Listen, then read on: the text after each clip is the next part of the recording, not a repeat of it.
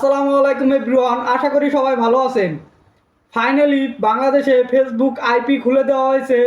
এখন থেকে আপনি স্বাভাবিকভাবে ফেসবুক চালাতে পারবেন আগেকার মতোই।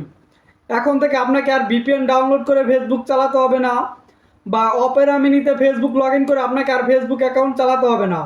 এখন আপনি সিম্পলি ফেসবুকে ঢুকে ফেসবুক চালাতে পারবেন।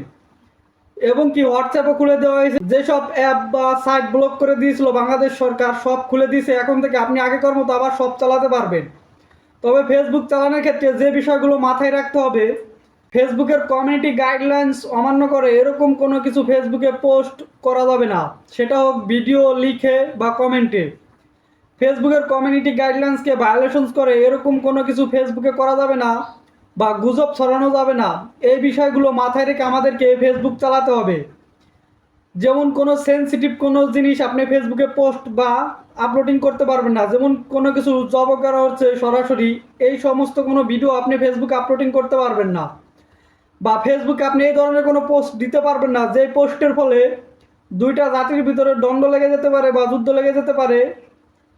এরকম কোনো পোস্ট আপনি ফেসবুকে দিতে পারবেন না। এছাড়াও কোনো ধরনের হেটফুল কন্টেন্ট বানাতে পারবেন না।